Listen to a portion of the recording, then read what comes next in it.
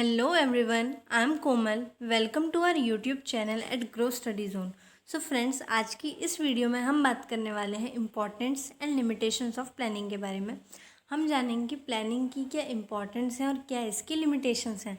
So friends, अगर आपको video पसंद आती है तो वीडियो को लाइक, शेयर और मेरे इस चैनल को सब्सक्राइब करना ना भूलें। तो सबसे पहले हम बात करेंगे प्लानिंग के बारे में कि प्लानिंग क्या होती है।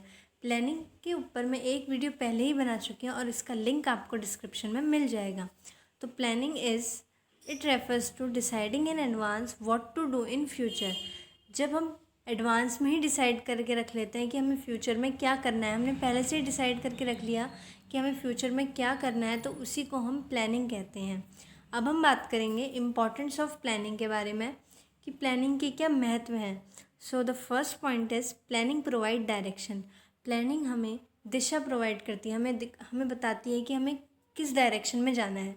जब हम पहले से ही डिसाइड करके रख लेते हैं कि हमें किस स्टेप के बाद कौन से स्टेप फॉलो करना है, एक हमारे माइंड में एक मैप सा बन जाता है जिससे हमें एक डायरेक्शन प्रोवाइड होती है और हम अपने ऑर्गेनाइजेशन के गोल को अचीव कर पाते हैं। So planning helps in achieving objectives because it provide direction. ये हमें एक डायरेक्शन प्रोवाइड करती है। Next is planning reduce overlapping and wasteful activities. Planning reduce confusion related to work because under planning all the activities are already decided in advance. Planning के अंदर सारी activities की क्या करना है, कब करना है, कैसे करना है, ये पहले से ही डिसाइड हो जाता है। तो इससे हमें फ्यूचर में हेल्प मिलती है काम को ख़त्म करने में, काम को करने में, कि काम कैसे करना है, जिसकी वजह से मटेरियल वेस्ट नहीं होता और काम दोबारा दोबारा मीन्स हमें ओवरलैपिंग नहीं होती, एक काम दो बार दोहराया नहीं जाता। तो इसलिए प्लानिंग रिड्यूस करता है ओवरलैपिंग और वेस्टफुल एक्टिविटीज़ को वो कम करता है। Next is planning promotes innovative ideas. While doing planning many alternative discovered and management choose the best alternative out of many. जब हम प्लानिंग करते हैं तो हमारे पास बहुत सारे ऑप्शन हो जाते हैं और उन सारे ऑप्शन में से मैनेजमेंट को एक बेस्ट ऑप्शन चूज़ करना होता है। इसलिए प्लानिंग के अंदर इनोवेटिव आइडियाज़ आते रहते हैं, क्योंकि वो आइडियाज़ कहीं ना कहीं हमारे माइंड और कहीं ना कहीं वो डिस्कवर किए जाते हैं, जिसकी वजह से हम एक अच्छा प्लान बना पाते हैं। हमारे पास कई अल्टरनेटिव्स होते हैं और उन अल्टरनेटिव्स में से हमें एक बेस्ट अल्टरनेटिव्स अपनी ऑर्गेनाइजेशन के लिए चूज़ करना पड़ता है। तो इसलिए प्लानिंग प्रमोट करता है इनोवेटिव आइडियाज़ को। Next is planning facilitate decision making. While doing planning many alternatives are available. हमें पता ही है जब हम प्लानिंग करते हैं सो बहुत सारे अल्टरनेटिव्स, बहुत सारे ऑप्शन हमारे सामने होते हैं and the manager has to select the best alternative. और जो मैनेजर होता है एक फर्म का, एक कंपनी का, उसे एक बेस्ट अल्टरनेटिव, बेस्ट ऑप्शन चुनना होता है अपनी ऑर्गेनाइजेशन के लिए। Out of all the alternative, जितने भी अल्टरनेटिव्स हैं उनमें से एक बेस्ट अल्टरनेटिव, एक बेस्ट ऑप्शन चूज़ करना होता है।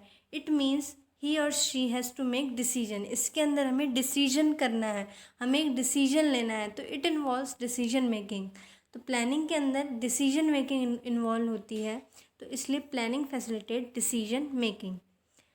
अभी फ्रेंड्स हमने बात की इम्पॉर्टेंस ऑफ प्लानिंग के बारे में कि प्लानिंग की क्या इम्पॉर्टेंस होती हैं, और अब हम बात करेंगे लिमिटेशंस ऑफ प्लानिंग के बारे में कि प्लानिंग की क्या लिमिटेशंस होती हैं। तो चलिए फ्रेंड्स कंटिन्यू करते हैं।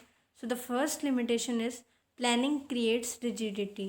प्लानिंग एक रिजिडिटी क्रिएट करती है। After preparing a plan it is very difficult to change the plan in case of any circumstance and only some changes are acceptable to change.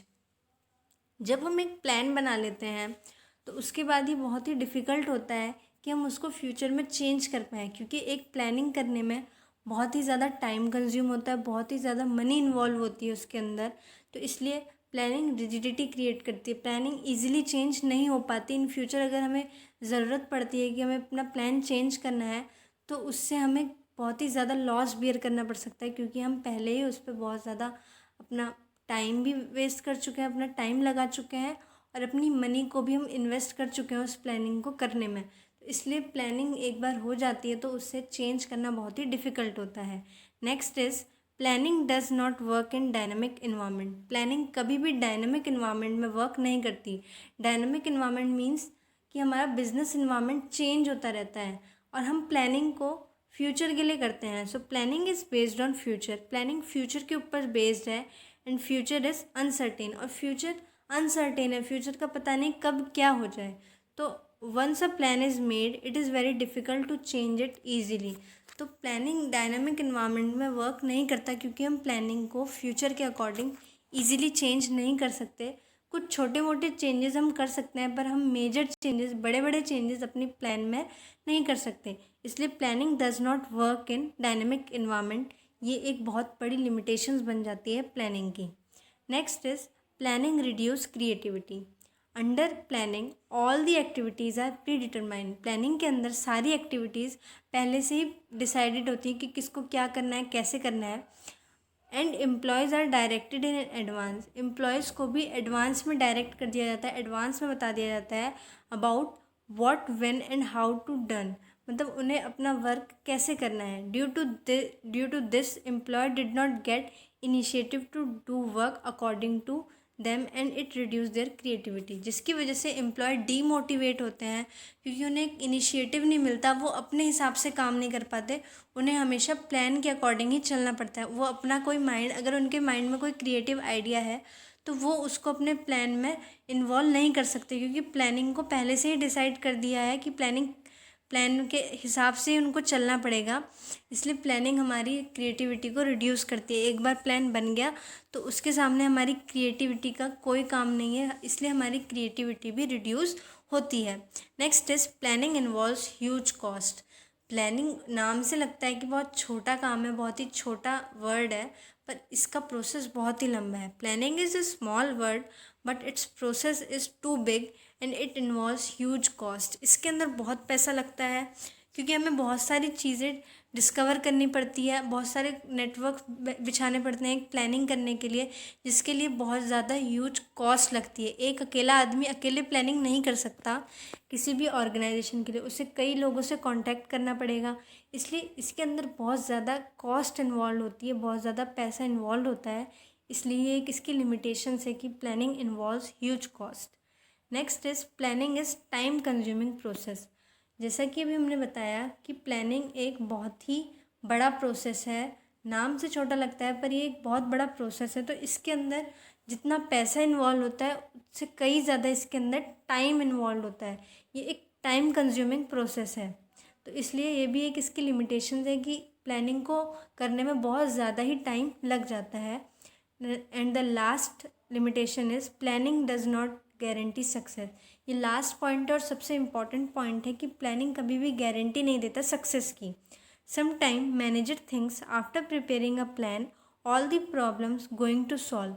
एक मैनेजर प्लानिंग करने के बाद सोचता है कि अब मैंने एक प्लान बना दिया है जिसकी वजह से मेरी सारी प्रॉब्लम सॉल्व हो जाएंगी, but planning never gives a guarantee. Planning कभी भी गारंटी नहीं देता ऑफ सक्सेस की प्लानिंग कभी भी गारंटी नहीं देता कि ये फिक्स्ड है कि तुम्हें फ्यूचर में सक्सेस मिलेगी इस प्लान बनाने के बाद। क्योंकि जब तक हम इस प्लान को अपने ऑर्गेनाइजेशन में, अपने बिजनेस में इम्प्लीमेंट नहीं करेंगे, फॉलो नहीं करेंगे, तब तक हमें पता नहीं चलेगा कि वो प्लान सही है या गलत। इसलिए प्लानिंग एक बहुत ही बड़ी लिमिटेशन बन जाती है, क्योंकि ये गारंटी नहीं देती सक्सेस की कि हमें फ्यूचर में सक्सेस मिलेगी ही मिलेगी। तो फ्रेंड्स, आई होप आपको प्लानिंग की इम्पॉर्टेंस एंड लिमिटेशंस का कंसेप्ट अच्छे से क्लियर हुआ होगा कि क्या इसकी इम्पॉर्टेंस है और क्या इसकी लिमिटेशंस हैं। फ्रेंड्स, अगर आपको वीडियो पसंद आई तो वीडियो को लाइक, शेयर और मेरे चैनल को सब्सक्राइब करना ना भूलें। Thanks for watching.